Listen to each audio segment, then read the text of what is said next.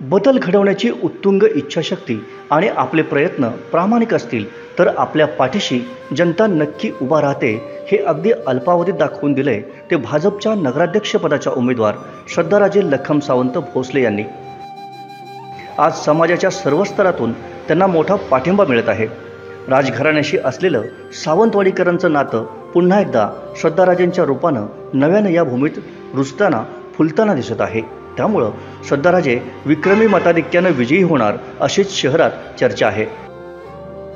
दरम्यान प्रभाग 1 व प्रभाग 4 मध्ये नुकताच त्यांनी आपला प्रचार पूर्ण केला। यावेळी तिथल्या मुस्लिम बांधवांचा त्यांना उत्स्फूर्त पाठिंबा मिळाला। ज्या पद्धतीने पूर्वीचे नगरसेवक होते त्यांनी काम असं केलेलं आहे, एकदम चांगलं काम केलेलं आहे आणि त्याच्यानंतर आपल्याला राणी साहेबांच्या माध्यमातून एक उमेदवार चांगला मिळालेला आहे, त्यामुळे ते येतीलच याच्या शंका नाही। आणि त्यानंतरच आपले जेवढे नगरसेवक आहेत ते सुद्धा येण्याची शक्यता असं नाही, पण येणारच ते, त्यामुळे काय आपण विचार करण्याचा प्रश्न नाही। पुढची वाटचाल ही नगरपालिके सावंतवाडीला चांगलं काम करेल हीच अपेक्षा। प्रभाग 1 मध्ये दीपाली भालेकर व राजू बेग हे भाजपचे उमेदवार आहेत। त्यांनीही आपल्या कार्यात सातत्य ठेवले आहे। आता त्याला श्रद्धाराजेंच्या नेतृत्वाची जोड मिळणार असल्यामुळे इथल्या मुस्लिम बांधवांना श्रद्धाराजेच नगराध्यक्ष म्हणून हवे आहेत। आम्हाला नगराध्यक्ष म्हणून भाजपच्या भोसले मॅडम, श्रद्धा भोसले मॅडम पाहिजे आहेत, कारण की या वाड्याला आमच्या विकसित करण्यासाठी फार गरजेचं आहे आणि या वाड्याला भाजप सरकारने हे भरपूर सपोर्ट केलेला आहे आणि राजू सर हे ती मागील 30 वर्षापासून आम्हाला सहकार्य करत आहे आणि भालेकर मॅडम हे करत आहे आणि याच्या पुढे ते करणार असं आम्हाला वाटतंय। म्हणून आम्हाला भाजप सरकारला आणि यांना वोट देऊन जिंकून आणायचं आहे भरघोस मताने।